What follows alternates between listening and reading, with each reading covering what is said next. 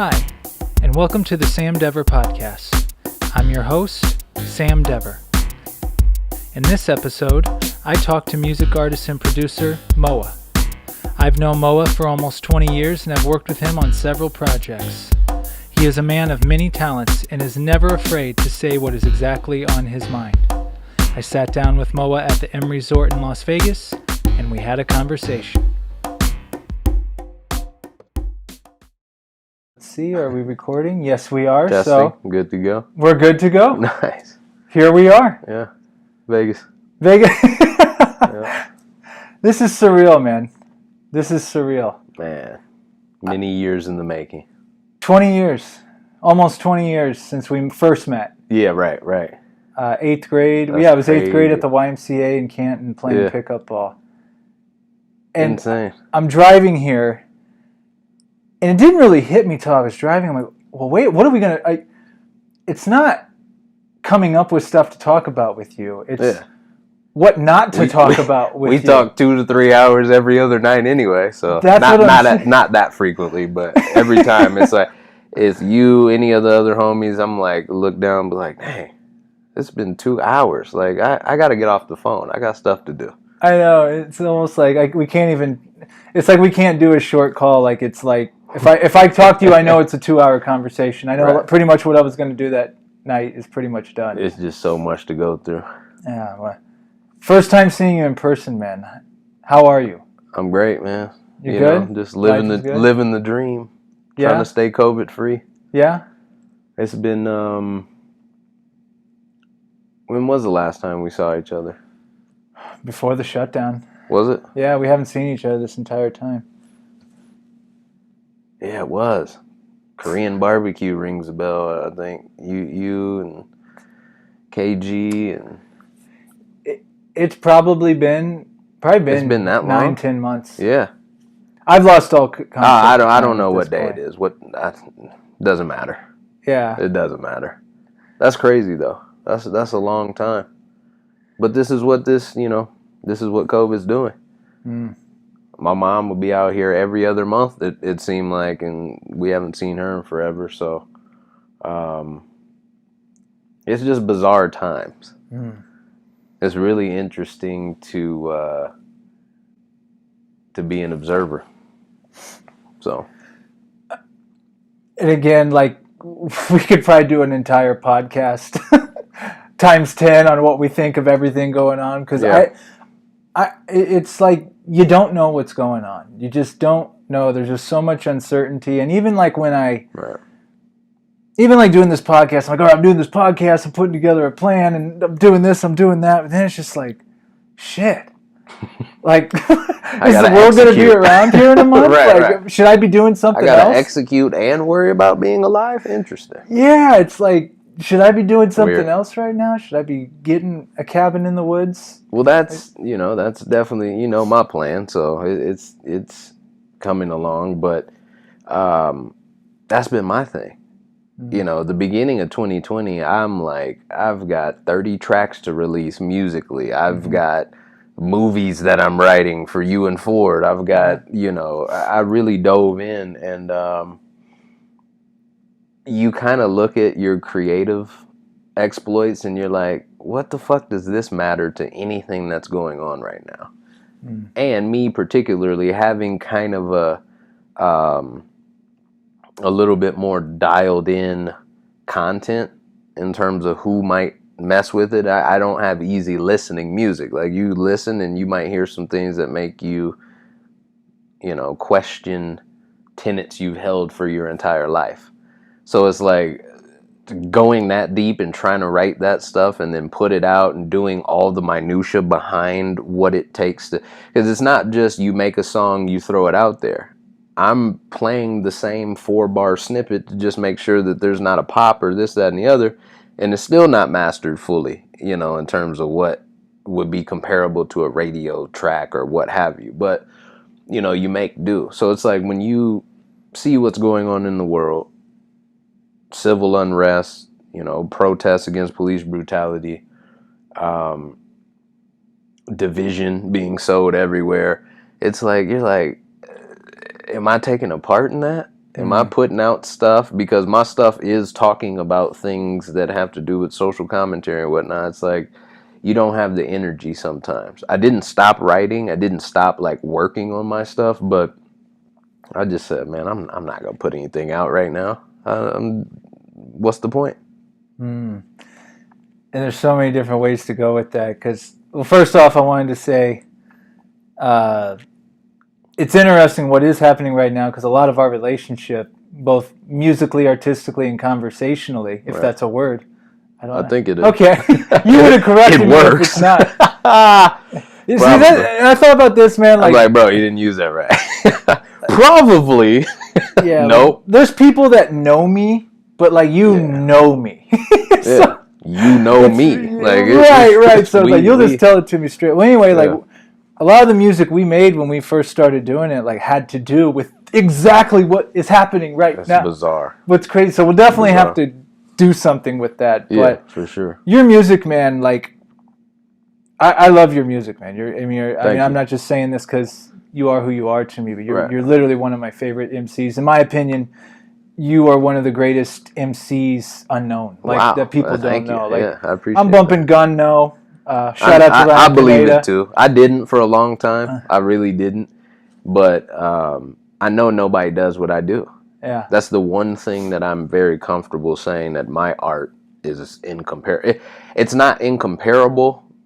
It's comparable, but it's like, it's kind of like a distillation of all these different things that I picked up over the years.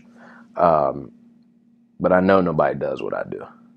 Because when people hear it, specifically like family and different people like that, people who are close to me, they sometimes are like, that's you? Like, what? I didn't know you could sing. I didn't know your voice could sound like that, because I'm just not, I do have an ego, but I don't need to be out here. I don't give a fuck. I don't need anybody's validation for what I'm doing. I'm just going to do it. But, when you start to look at other musicians and people who have absolutely no talent and they make, some sort of monetary gain from it, it's like, okay, I know I have to be out here just for the possibility to pick up some coin. It has nothing to do with the art, because I've detached.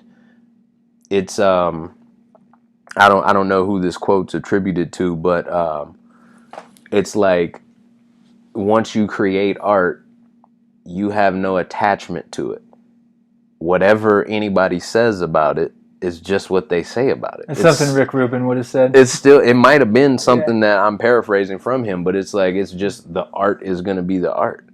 Like, when people are painting these different paintings, and you can go from Dali to Miro to Picasso to all these different people, and they have different style, all the way to the Baroque and the weird oil paintings that look real and the eyes move with you when you're moving. Like, nobody cared what anybody thought about the style and what they were doing. And that's the same thing with the hip-hop stuff.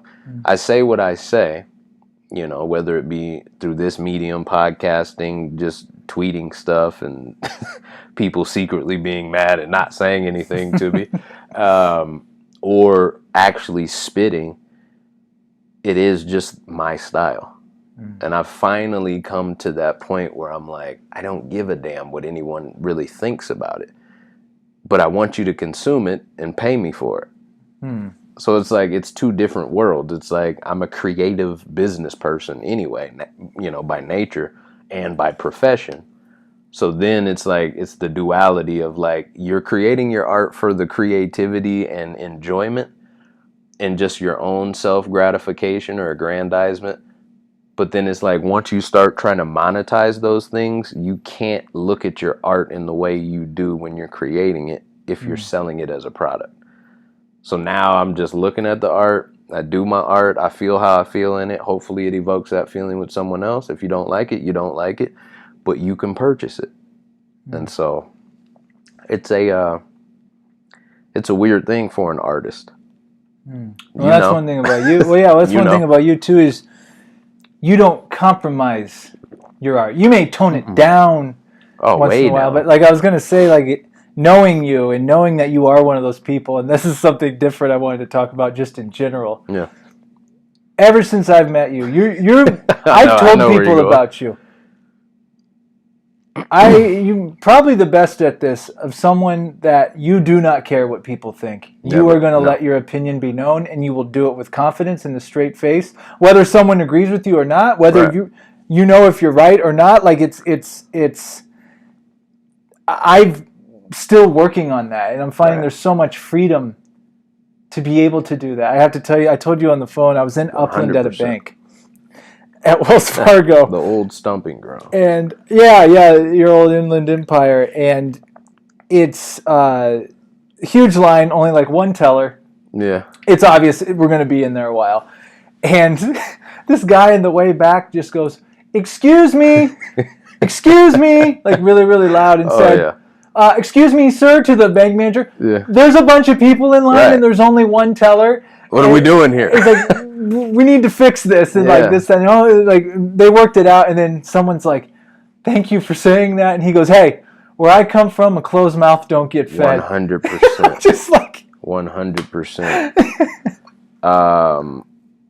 In a couple of my lyrics and a few different songs, I throw in, "You don't get fed being quiet. You don't win being quiet." You know, it's like, and to clarify, the reason that I've pretty much always been that way is because I stand on the side of truth. I don't pick sides. Mm-hmm. If I feel confidently about something, whether or not it like ties into my beliefs or my belief system or emotionally or whatever it might be, if I am disagreeing with someone and like spitting facts and being like, "No, this is what it is," it's like, because you can. And not everybody knows this, and I get that. I've started to learn that as I've gotten older, become a dad, all that type of stuff. It's like, I'm coming to you with facts that are vetted.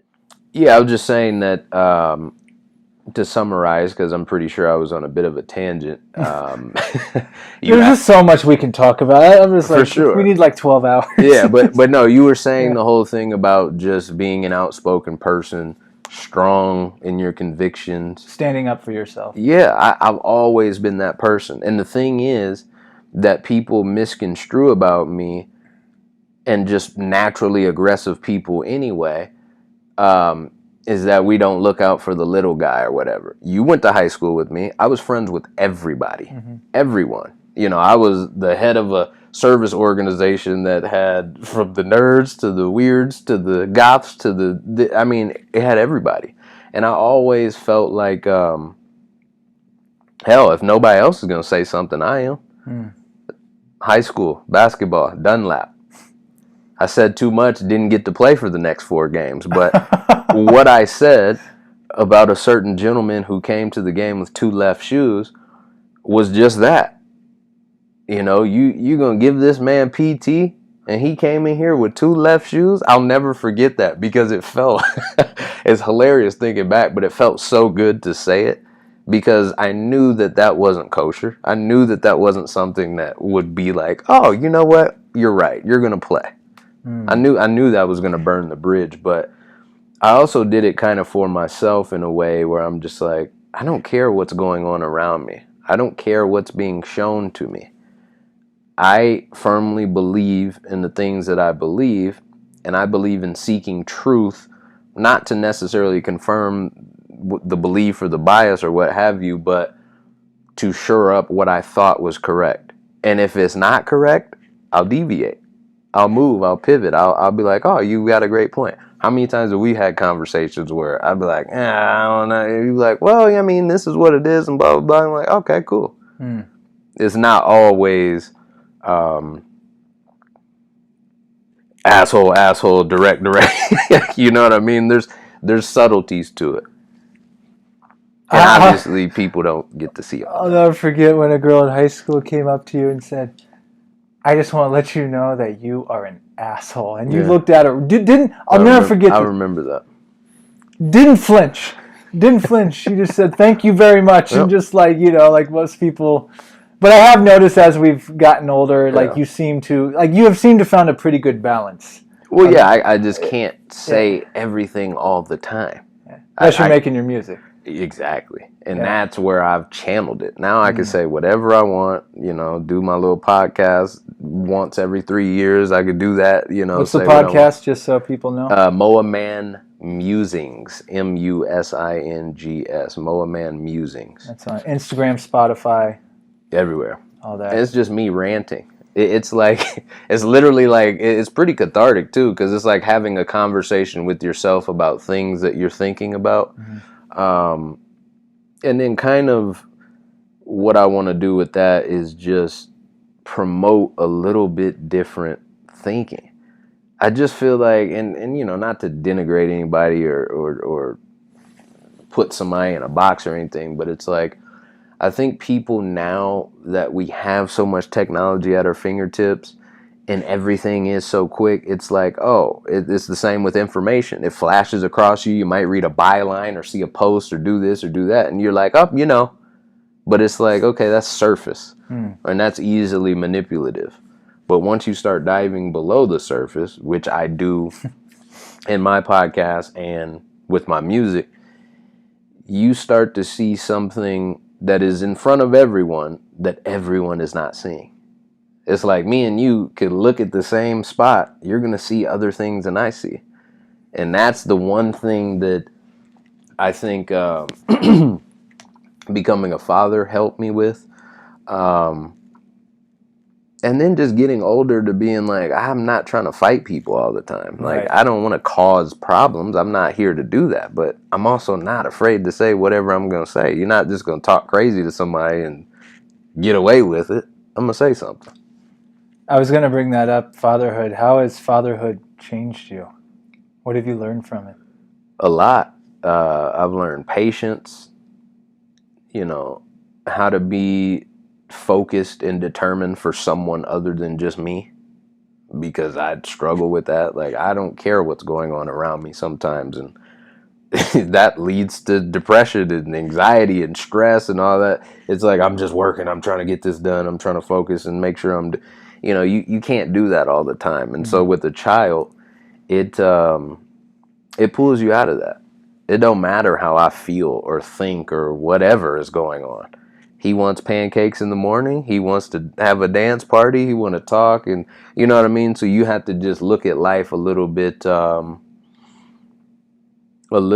more, I guess a little less harsh. Because obviously, me, I dive deep in terms of the goings on, and also the way I've grown up, being able to see what you're supposed to do, what you're not supposed to do firsthand. It's like, I got this little baby boy, but it's a world out there that's not waiting for him. And so it's very difficult to balance just being present and attentive for him. And that's the biggest thing that it's helped me with. And it's also helped me be a little bit, I guess, softer in my convictions. Like, I don't have to beat somebody to death with my point of view, or like, if you don't want to hear it, you don't want to hear it. You don't want to talk about it, you don't want to talk about it. I just move on and handle my business. But it's all been positive. It's all been positive. It's like, there's a reason I waited until I was 30 to have a child. I was scared and, just didn't think that I would be selfless enough to take on the challenge. But I love it, man. I have someone who, what I believe and what I am doing is paying off. Like, that's the payoff. When people look at him and they say different things about him, whether it's, he's cute or he's intelligent or he's so well behaved and all that stuff, like, I'll take that. That's a check for me. I love that, because that gives me some confirmation and validation. Yeah, and dude, and a lot of our friends who have children, but obviously, as close as we are, me watching you through your process and watching your son grow up, like, it's just awesome to see, like, and it's inspiring. Like, you've set a really good example, and like, you are. Thank you.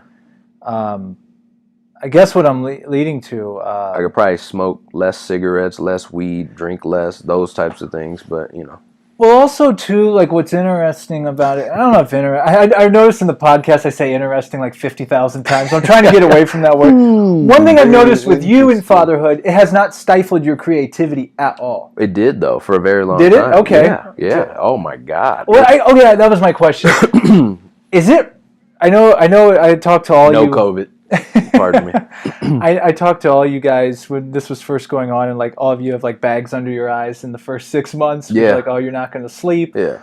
Which I'm a night owl anyway, so I was like, okay, cool. I'm up at 4 a.m. Like, is it really hard raising a child, especially in the beginning? There's moments. Like I was in the when he was born, I couldn't figure out how to fucking swaddle him for the life of me. Swaddle? Yeah. What's that? It doesn't matter because I'm never using it. So, no, but it's like you put the baby in, you lap over one, you tuck over and wrap the other, or excuse me, see, I don't know. You wrap this, you tuck that, you wrap that. I actually have an invention that would help men like me. It's just a cut out perfect template to do a swaddle. But I'm trying to do it with a square, and I'm trying to triangle it, and I'm like, damn, I ain't done geometry since high school. Like, I'm literally having this thought. I hadn't slept, for, I think it was almost a day and a half at that point. Oh, my gosh. Because, like, the baby has to be fed every hour. You got to make sure, they're not choking and coughing and all these types of things. So it was difficult because... Yeah, I know it was difficult. I didn't really realize it in the moment until kind of hindsight or like a couple hours later when I'm like, I'm tripping. Like, I need to get some sleep because this is crazy. I start crying and I can't swallow and I can't swaddle and I can't do anything. Pause. I'm like, what the hell is going on? And it was a mix of obviously the exhilaration of having a child, making sure that everything went perfectly, everything that it was. But yeah, there's definitely been moments where it's difficult because, we don't have family out in Vegas. Right. So it's me and the lady taking care of Kobe. Obviously, he was going to school with the whole COVID stuff. He hasn't been. And I'm doing the whole homeschooling thing. Has that been hard, the homeschool? It was a little bit in the beginning,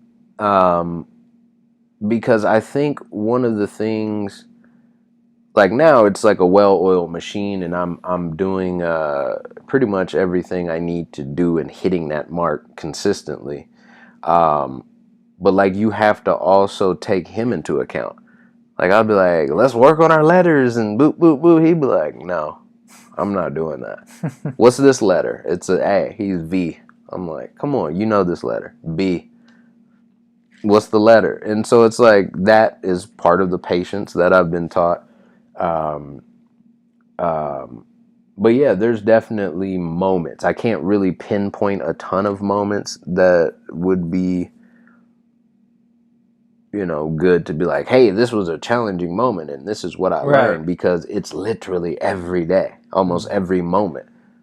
So it's almost hard to even assess right now, a lot of it, because we're just in it. We've all adapted to a lot of these things. So it's like you're not even going to be able to process it till maybe, I don't know, maybe this is how it's going to be for a while. I have no idea. Like you meaning what's going on in the world? Just the world. I'm trying to relate to what you're saying with the everyone just had to adapt. There's really no time to think. Yeah. We planned the whole having a child, approaching it the right way, I think. I see what you're saying. Like, you guys planned for this no matter what. In some respects, like you cannot, what I always try to tell people if I have some sort of deep conversation with them, LaCroix got me belching. And what I want to pass on to my son is that the only thing you can control in this life is your effort. You can get up and say, I'm doing it or I'm not. And you can waste that day. Lord knows I've done it, but at some point, you have to understand that all this planning and trying to control and what you want and all that, the world doesn't give a shit.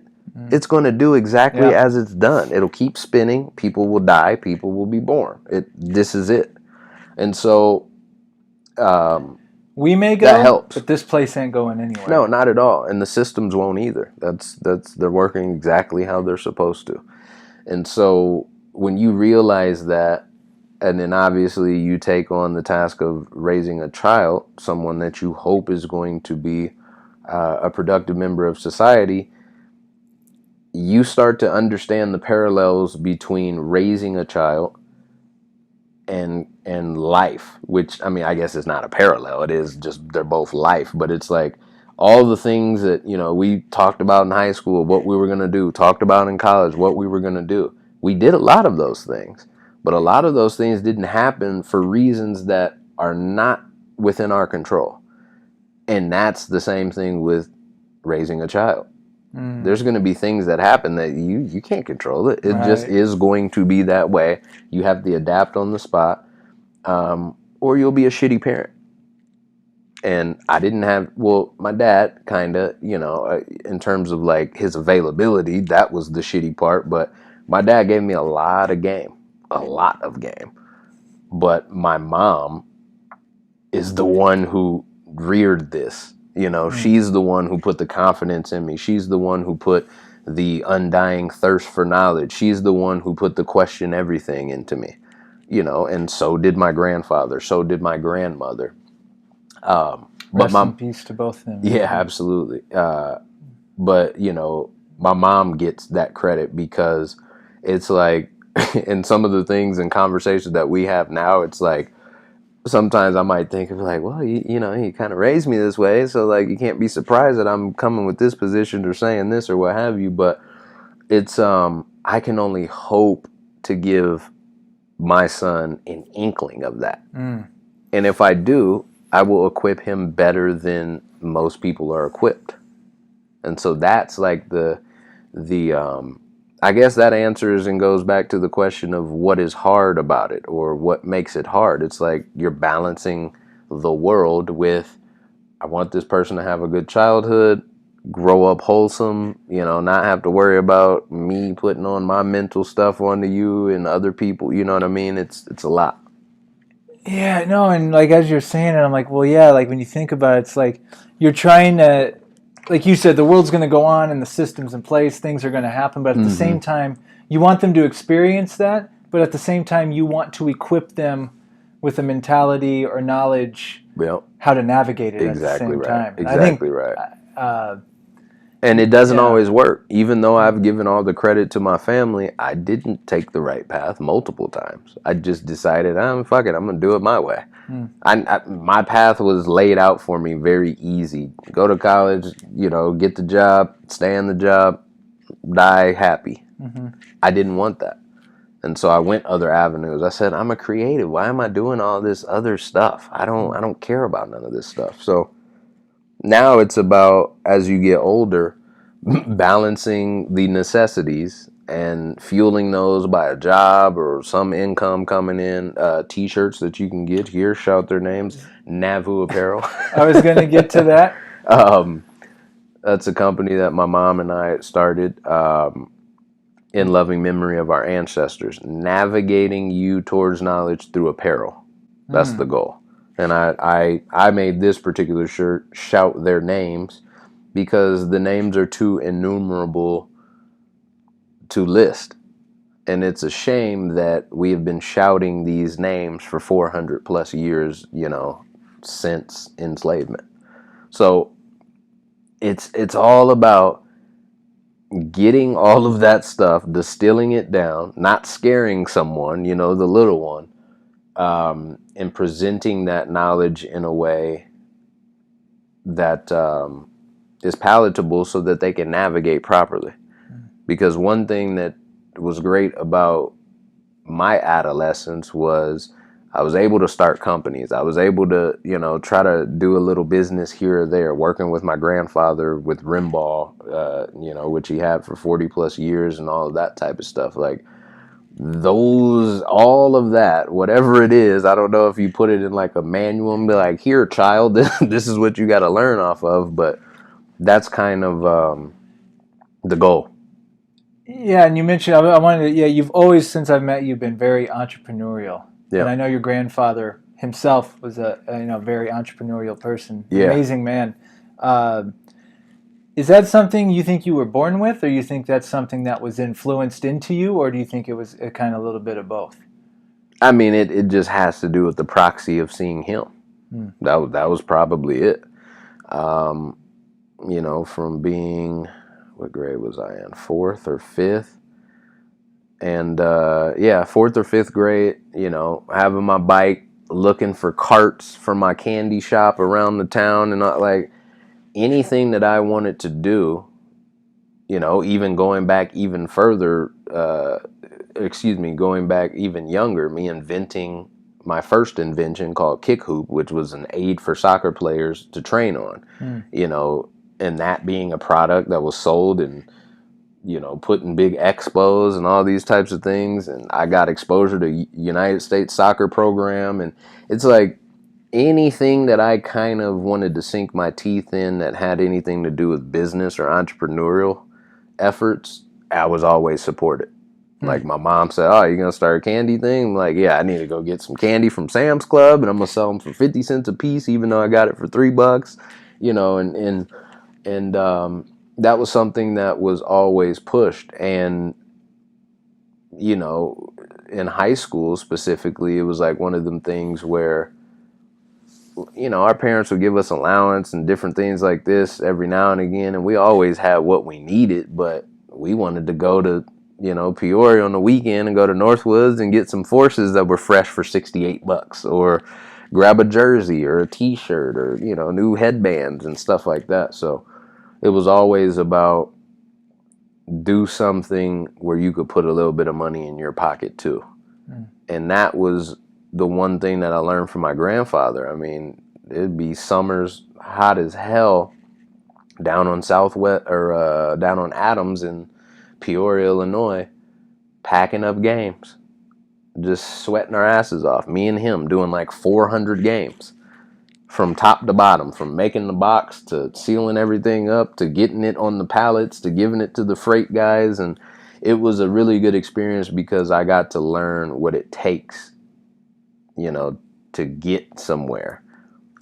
No better business education than that. None. And that's why, like, when I went to school and I'm in business classes and stuff, I'm like, man, I've done this. I did all this. Like, I just, you mean to tell me QuickBooks to do all the math? I just got plugged the numbers. Like, I don't need this shit. But, in this world, obviously, you need a piece of paper some places for that validation. Right. But it's like, I knowing myself now, even if I did have, the master's, doctorate, all these types of things, it's like, would I have actually utilized those things in terms of making my living, or would I have just done those? Mm. What I wish I did, specifically in high school, was say, screw sports, screw any extracurriculars. I'm just going to do this music, period. And went straight to, Berkeley School of Music, or, Right. USC, and, you know what I mean? Really just focused in on the music thing, because it's like years later, that's what I'm still doing. And that's the only consistent thing in my life in terms of craft. And I learned all the other stuff out of necessity. It's like SJD TV, when we start, oh, we need somebody to do logos, I'll learn how to do that Yeah. shit. Oh, we need a website, I'll learn how to do that shit. Oh, we need to do this, okay, cool. You got the camera stuff? Perfect. So it was always watching my grandfather, and I don't want to say hustle with the connotation that people think it has, like, oh, he was selling cane, and, no. He literally could look at anything and make money off of it, make a business. He had shoe shine businesses back in the 70s. And, he, as you said, an incredible man. Mm-hmm. And he's the one who really gave me that entrepreneurial spirit. Switching gears a little bit, you had mentioned your Nauvoo apparel. Yeah. And the shout their names and everything like that. And Know Your History t-shirt, which lists 7 different scholars. And if you Google their names, you will start to understand history.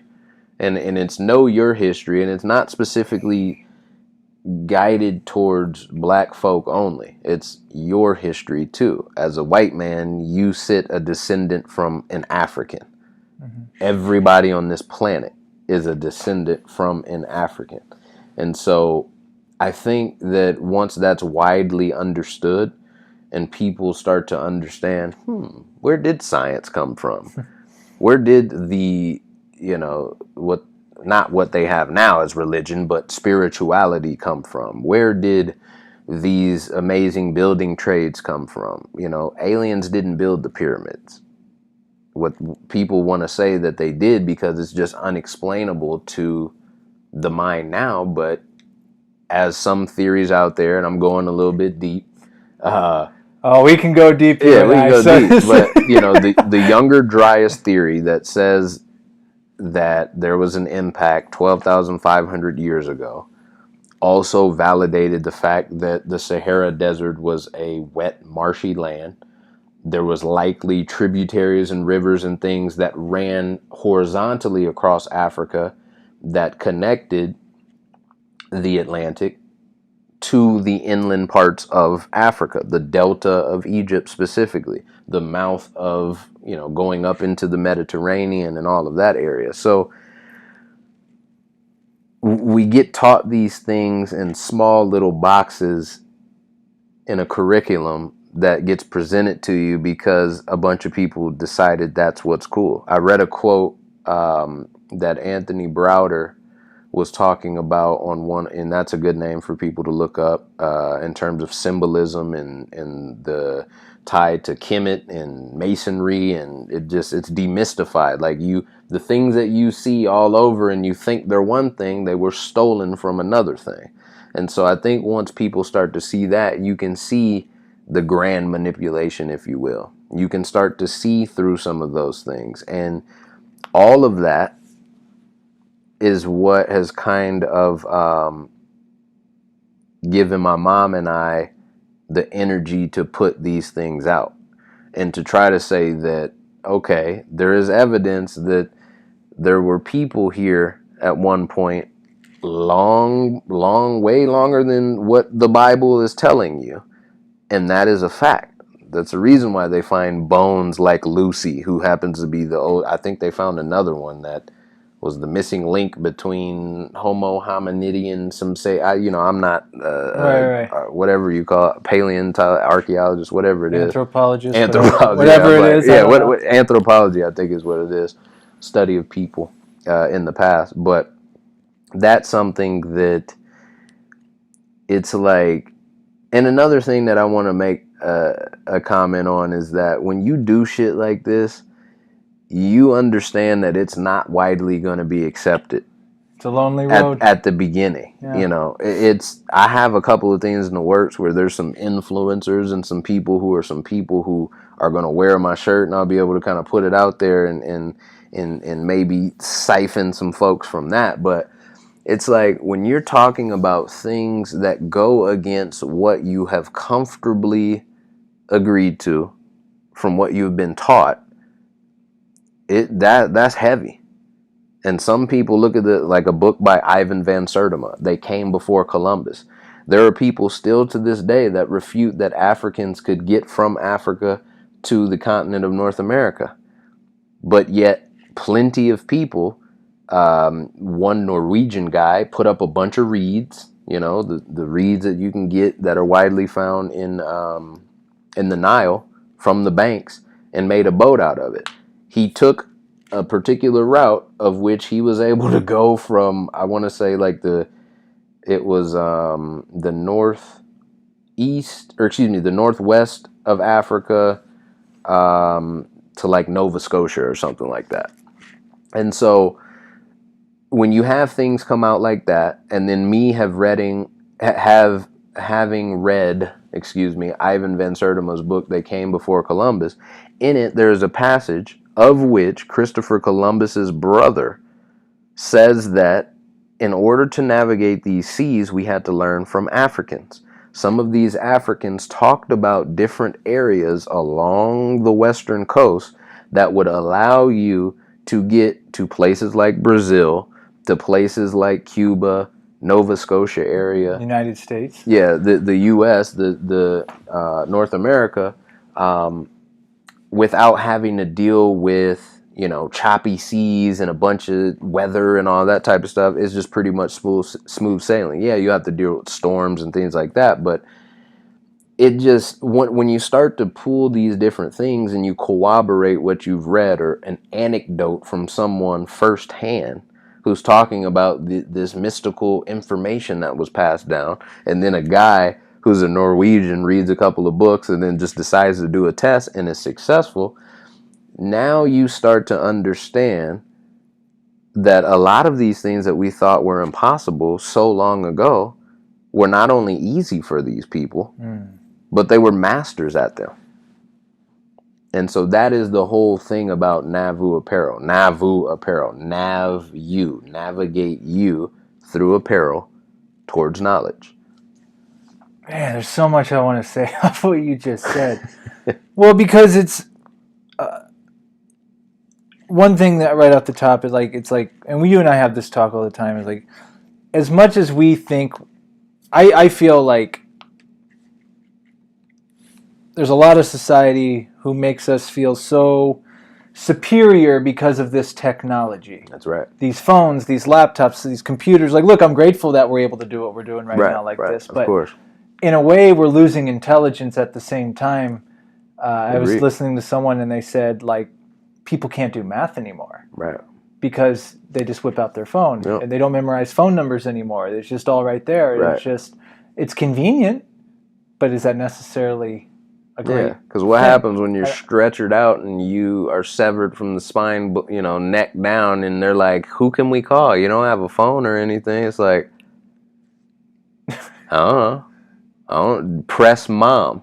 It's like, you don't know her number? Like, what's going on? Like, like, I mean, think of the I didn't know where you were going with but that. think of the application of it. It's like we just have gotten away from some things that were just normal, everyday parts of life to, you know, picking up a phone and everything is right there.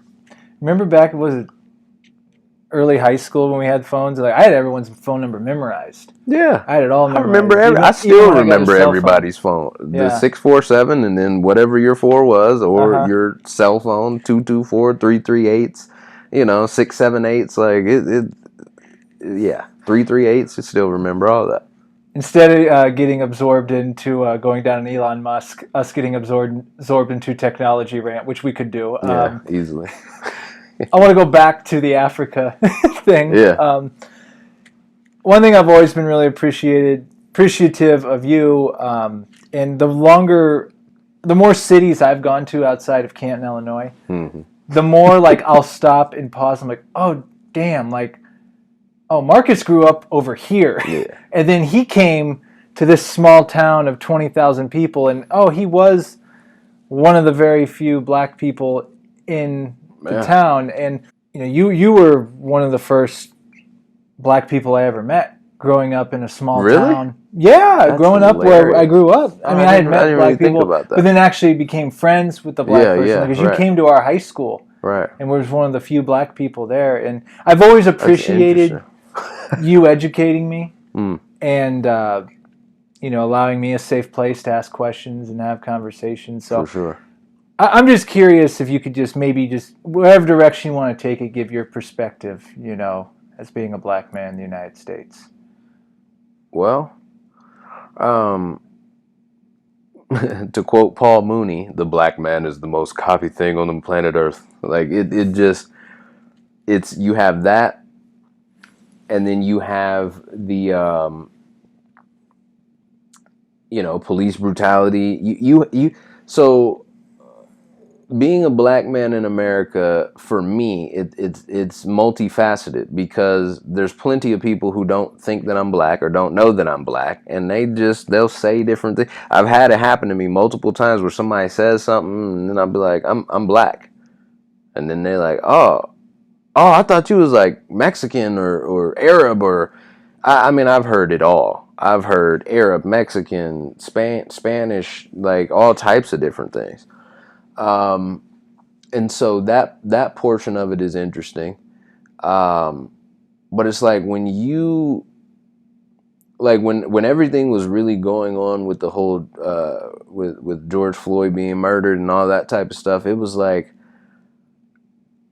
a part of me felt like, why?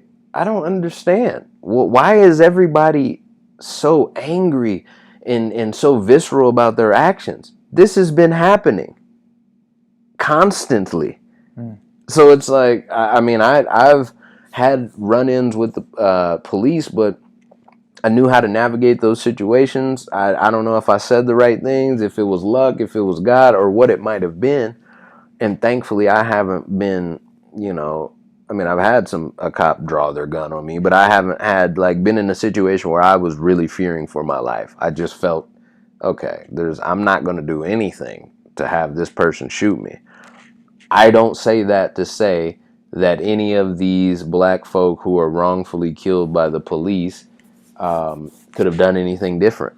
And so that's the weird multifaceted duality of, like, being black in America is not singular, or it's not something that you could just label, because my experience is different than my boy who we're the same exact color, but he's mixed.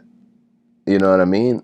That it's going to be completely different for my boy who's a doctor, but he's black as the night. And so he's 6'3", 225 pounds. When he walks in the room, I'm sure people, you know, somebody clutch their purse and, oh, look at this big Negro over here. And then he starts talking and he's eloquent, and I'm doctor this and blah. And so then it's like, okay, what has he encountered in his life that has nothing to do with his status, how hard he's worked, etc., etc.? That's kind of, I think, a portion of being black in America, is because you will be judged and you will be put into a box just because of your skin being darker. And it's not a one size fits all. Not at all. And that's what's interesting, is because my experience, obviously, we went to high school together. You know, being one of, I think at the time I was, let me see, 1, 2, 3. There's maybe 4 or 5 black kids in the school total. Probably. At that time. And then when I became a senior, that was like junior year. When I became a senior, it was probably like 3 or 4, if that. So that's kind of what it was for me for the majority of my life. I definitely, like, when I was up in Chicago, it was super diverse. When I was I was in California, it was super diverse. But some of these other places, you know, well, even Rantoul, Illinois was super diverse, which is kind of weird. Is that by Chicago? No, that's by Champaign, and that was quite a few black folk there. So it's kind of hard to really put it into words, like the feeling or kind of every instance. But my experience has been unique because I went to schools where I might have been one of few black people, but I was on high honor roll. I was noticed as one of the most intelligent people in that school, you know, things like that, where it was like I didn't really, you know, get the, hey, nigger, you know, I didn't really get the, I'm going to try to hold this kid back. And if I did, my parents were there. You know, my mom don't play that. My grandfather didn't play that, specifically when we went to school together. So I think that, you know, being black in America it's a damn near community effort. You know, if you have support in your family, you're going to be dealing with a bunch of bullshit for no reason. I know that I've gotten jobs and interviews based on how I speak. And then when I see them, they're like, you're Marcus? Yes, I'm Marcus. Right then and there, I say, you know what? I'm not going to sit with you. Have a good one. Well, I mean, we can still do the interview. I'm like, no. I know what this is. I'm not dumb. I can see it. I can sense it. You got sweat beading up on your head. You thought I was a white dude, didn't you? You thought because I said, oh, fantastic, I'll meet you at this time and blah, blah, blah, and I'm speaking very proper to you so you can hear everything I say, and then I meet you and you're like, you're a black dude. And you're a big black guy. Oh, my goodness. Like, you have to deal with that, too. And then it's like, I think the one thing that all black people have to deal with is as if there's a stigma attached to us because of, you know, we have ancestors that were closer to the equator. Because that's why our skin is this color. We're all one race, the human race. But then when you start to have these, you know, classifications and caste systems, if you will, that's where you start to have to deal with the bullshit. Thankfully, I didn't have to deal. I mean, I might think of 2 instances in my entire life where somebody said or did something that was like super overtly racist, one of which I just wasn't even privy to. I'm like, what? They said, what the fuck? Who said that? In another situation, being a dude said something to me and I said, don't fucking say that. What is your problem? Why do you feel that you're comfortable? Like, it was a quick conversation, then it got physical, and then there was never, ever any disrespect or anything coming from that person, and that person didn't become a friend, but they respected me after they got their ass kicked. So it's like I haven't really dealt with a lot of that. But I know guys who are mixed who have dealt with a shit ton of racism and a shit ton of just overt, I'm going to call you the N-word and you're not going to do shit about it, and, you know, shit like that. I don't know if it's because I've been this size since I was a sophomore in high school that I just didn't get approached with that. But yeah, it's very difficult to put into words what being black in America is because, one, the experience is so different for everyone. Two, if people want to dismiss racism and systemic racism and things of that nature, you can't even start to have that conversation. But to summarize my tangents, being black in America, now, at 18, I would have said something different than I'm saying now, because I honestly thought that there was no impediments to what I wanted to do in life. Now that you get into the world and you're in these industries and fields and you start to understand, like, wow, okay. I mean, full disclosure, I don't give a shit. I've been fired from a job within the last 5 years, where a whole new management team comes in. Most of the management are women. I'm on the sales team. I'm kind of running different things here and there. I get called into the office and they're just like, hey, it's just not going to work out. Huh? What do you mean? I'm doing fantastic. Like, what do you mean? I'm killing it. Is there something, did I do something wrong? Did I say? I knew I had done nothing wrong. I'm trying to figure out, like, okay, if I am doing what I'm supposed to do and exceeding these sales quotas, as well as delivering above and beyond my actual job title, because that is what was needed at the time, and you're telling me that it's just not going to work out, why? You barely know me a week. You haven't even tried to get to know me. And so I asked that question of this particular person, and she was just like, I just don't think our styles are going to work. And I said, oh, okay. I was like, I'm not sure exactly. I'm like, what exactly is it? You know, what did I say something wrong to you? Was I aggressive? Was it, well, you are a little aggressive. I said, in what manner? How? Where? What do you mean? And she's like, well, you called in and so I haven't been specifically aggressive towards you. I called in and yelled at someone because they didn't do something that they were supposed to do, and I took care of it. Is that like, if that's what you're saying I'm aggressive for, cool, that's fine. But knowing 100% that instance was because this woman did not want to work hand in hand with a black person. Because there was other black folks in that area, other people who you probably didn't know who they were, and they were reassigned or let go or taken out of the office and put into a whole nother area. And it's like, I see what's going on here. But then when you say, okay, this is clear discrimination, let me go take this up the food chain, talk to a lawyer, go to the EEOC. Well, I don't really see anything here. So you mean to tell me that someone who is exceeding all goals, all expectations, is told that they're being let go, they then let me go, say, oh, well, you're so excellent and so intelligent, you're going to land on your feet in no time. We know that's what was said as I was walking out the door. Then subsequently, I find out that every black person or brown person who was in that office now gets moved to another site, of which they don't deal with that management team. They're dealing with other people in another area. But that doesn't look like discrimination? A government agency says this. And so I say all that to illustrate that is what it's like being black in America.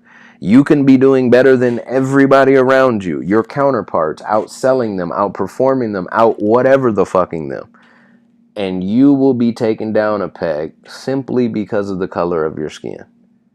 That is the reality in America that people want to act like has gotten better. Less than 50 fucking years ago, they were sicking dogs on people in public. So this notion that racism is dying and people are becoming more aware, no, they're not. People are falling deeper asleep and not understanding what is actually going on right in front of them. And so that's really what the black experience is. It's a weird hodgepodge of illogical, nonsensical happenings that you have to navigate. And you just gotta be better than everybody else. You have the pressure on you that you have to work harder and be better. Otherwise, whatever chance you get or whatever chance that you think you're going to get is not going to be there. And that's daunting to a lot of people. Because they don't tell you any of this when you're in high school and you're a young whippersnapper and you're going to college and the world is in front of you and you're about to get your education and start a business and do all these things. They don't say that, well, you can have perfect credit and go to a bank and that banker just doesn't want to sign the loan because he don't like you. You're black. That's the reality. And I think that that's not the reality for everybody, because there's plenty of successful black folks and there's plenty of people who get into these upper echelon positions. But at some point, to get a quote unquote seat at the table, you have to capitulate to things that it's not who you are. You know what I mean? Like one of the main reasons that I always wanted to have my own business and have something coming in elsewhere is because nobody can tell me what to put on my t-shirts. Nobody can tell me how I'm going to do a website. Nobody can say anything about my business methodologies and how, I manage putting together certain things. Like, those are things that I know that won't be touched by idiocy. And that's really, to try to give a short summary, that's kind of the experience. Not for everybody, as I stated already, but it's very interesting. It's in talking to my white counterparts, having you as a brother for years and years and years, and saying, have you dealt with this, or you dealt with this, or telling you some of my experiences, and it's just like, it's clear as day. Like, God, that's fucking ridiculous. And having that, and the one thing that I enjoy about, 3 of my best friends in the world, of which being white men, they've taken the time to understand my perspective. They've taken the time, you obviously included in that, taken the time to educate themselves and to call out systemic racism, to call out the bullshit that they see. And that's what's needed. This whole, people being woke and all this. No, it's just about being fucking decent. You lead me into, and we could talk for 10 hours. Oh, absolutely. Of course. But there's one question, like, as we're talking, it's like, I feel like if we want to go here, we do. If we don't, we don't. But like, I feel with politics, like, I feel people take advantage on both ends of the spectrum. Mm-hmm. Political parties take advantage of racism and use it as selling points for things. But like, as you're telling me these stories and things, I'm like, and sorry to cut you off, but not even talking racism, just looking at the mechanism of television and news, it's called programming for a reason. Right. How do you get good at something? You do the shit over and over and over again until you master it. It's the same thing about the brain and the memory. If you are exposed to something nonstop, you will think that way, or you will have, something emotionally tie into something that might not be right, but is right for you. And I think that compounded with racism is why politics is the way it is. Mm. And you have so many black people who, the connotation of the stigma of the words, in terms of conservative and liberal and moderate and libertarian and all of these fucking labels, that's just more to divide. And I had somebody the other night, I had posted something on this guy's Instagram specifically talking about politics and the relationship with black people to the Democrats and all these types of things. And I said that I just find it interesting that people can look at information that is verifiable to their degree and whatever they want it to be. I don't care. But when you're an investigative journalist or somebody who's looking for evidence, the burden of proof is that you corroborated with some physical evidence. You have something maybe anecdotal, a witness or a first person or something like that. But even presented with that, you have black people gleeful about their oppressors. That makes no sense to me. And that is just something that's really bizarre to me, is that I could make the statement, I do not support Biden, I do not support Donald Trump, and then make a statement like, think for yourself. Don't let a TV tell you what to believe. There's information that you can seek that has no partisan slant, or is that the right word? Yeah, no partisan slant. And you can just take in the information and just look at it for what it is. But even saying that, the cognitive dissonance sets in. If I am attacking something that you are tied to emotionally in your heart, your family for generations been voting a certain way, Republican or Democrat, and I present some information to the contrary, people can't handle that. And that's something that I for the life of me can't understand. It's not something I'm racking my brain and wasting my time on. But it's like me just having those thoughts and then being called a racist coon. It's laughable. It's like, this is how illogical and nonsensical it's gotten in the political sphere. You have a group of people who have targeted another group and attacked that group for 3.5+ years. Now, some of those attacks from this group that was being attacked are now coming back to this group, and there's some of the same things that were alleged from this group, of which more evidence is over here to this group. And the reason why I'm saying this group and not mentioning exactly who this is because you can see the stupidity. When I don't label it as what the fuck everybody, these buzzwords that everybody wants to get all hyped about, it's like now you can see, okay, this is a bit of a theater of the absurd. This doesn't make any sense. Where is the benefit of the constituency? Where are the discussions about plans that are going to help Americans? Black, white, Mexican Americans, people who are sitting here in this country legally as Americans. That is one thing that you don't hear from one side. You hear it trickle down in a couple of things of economy, and boom, boom, and it's huge and it's booming and this, that, and the other, and you think that it's helping you in some measured way, whether it be a stimulus check or a tax cut or what have you. But then you hear somebody over here saying, well, I'm going to do X, Y, and Z, and just on paper, again, stripping the titles and the names and who's saying it, just looking at the information compared to each other, you start to say, well, damn, one of these doesn't seem like it really gives a fuck about me and my.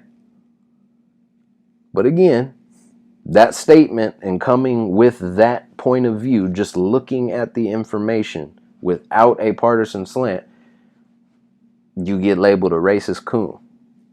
And this is what is happening with politics. the free thinking or the free thinkers have been eradicated by censorship. They've been eradicated by this group. I guess fact check would be the best way to describe it. It's like I could make a statement, and if you and a group of people don't agree, you guys have now fact checked me and told me that what I said is wrong, regardless of what is being presented to try to refute it or what have you. It's just like, now you've labeled my shit as lesser than. And so now you start to see the manipulation. Just like I said, this group said this, and then this group said that, and then this one was doing it, and then this one was doing it too, and then this. It's just a back and forth. That's the shit that is done in playgrounds. And so when you distill it down and you take out the things that tie to your heartstrings or who your parents voted for and what you were raised as, you start to see the absurdity. And that's why I love the political debate smoke, because I know both sides and I know the information, but I have not supported either one side more than the other, despite what, that person calling me a racist coon by saying, why don't you just be a free thinker? Why are you so worried about news and what these people are doing and all that? I just don't. That's willful ignorance to me. Is if you can sit in a place and comfortably go to that ballot box and vote for someone who has a record of disrespecting you and yours, whether you be black, whether you be Mexican on the other side, whether you be whatever you are, they've won. They have you in the matrix, fully fucking plugged in. You are a BTU for the machines. You are driving their system. And so that's what we're dealing with the politics. Because half the people who want to have a conversation about politics, they don't know a fucking thing. The only thing they know is what the fuck MSNBC, Fox News, CNN, all of these organizations who make money off of advertising, in between them, their talking heads spewing bullshit and spins and all that. Like, people aren't intelligent enough to, like, take for instance, I could say that light is bright right here, but this other news organization said, in lieu of what's happening with light bulbs all around the world, someone claims that the light is bright.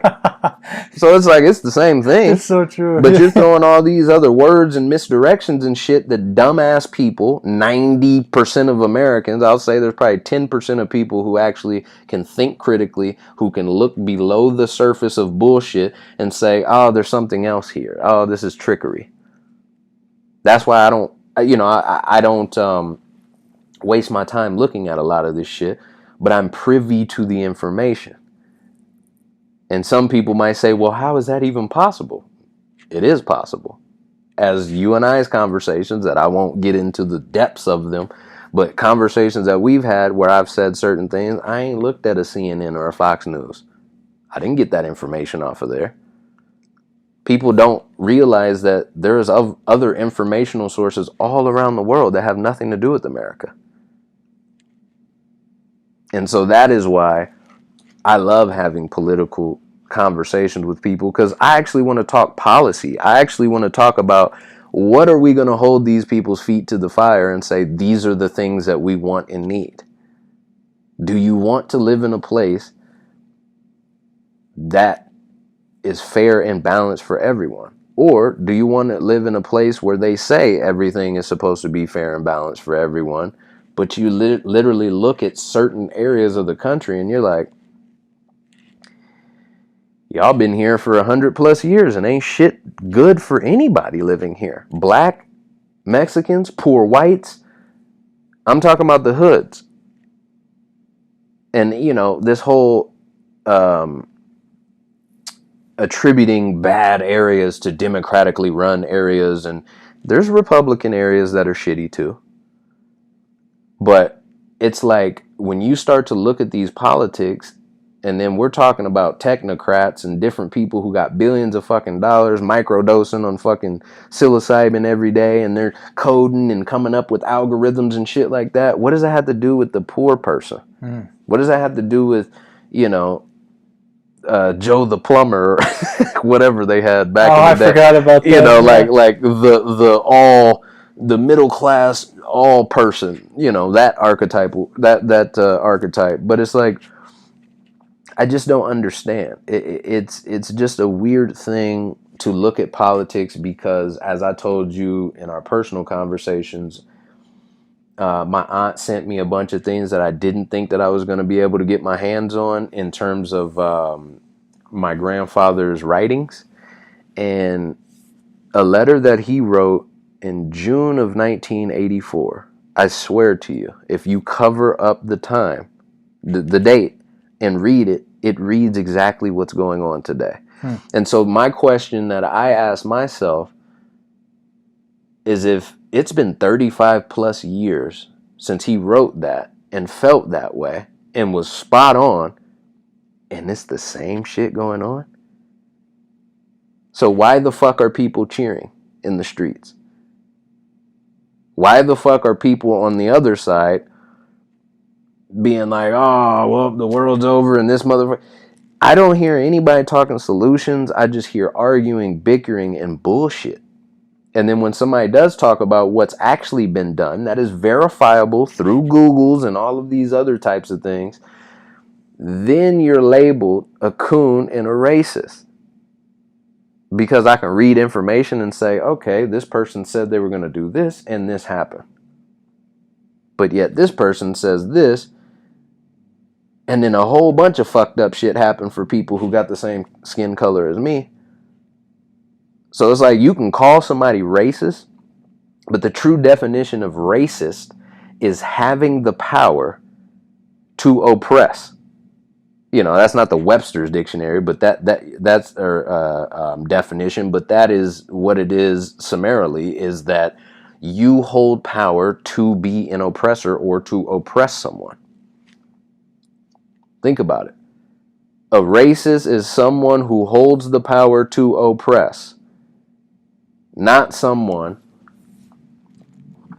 who makes statements that you deem racist, if that makes sense. And again, I'm specifically not saying who these are attributed to. People, I'm sure, can figure it out. But once you start to kind of look at it for what it is, below the surface of bullshit and getting you emotionally riled up so that they can steer you a certain way, you start to say, why the fuck am I going to take part in this shit?